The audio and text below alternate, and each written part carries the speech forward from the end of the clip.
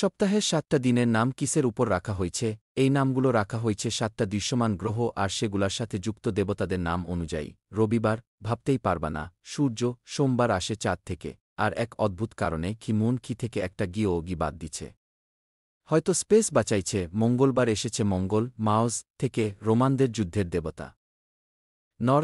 নোর্স লোকেরা বলে, আমাদেরও যুদ্ধের দেবতা আছে ভাই। তাই মার্স এর বদলে দিয়ে দিল ঠায়ার। এই জন্যই এখন বলা হয় টিউসডে।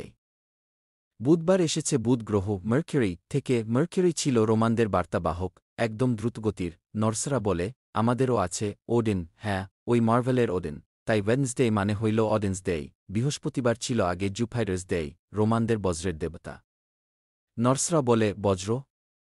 ওটা তো থোর। তাই জুপাইটার্স ডে বদলাইয়া হইল থার্সডে।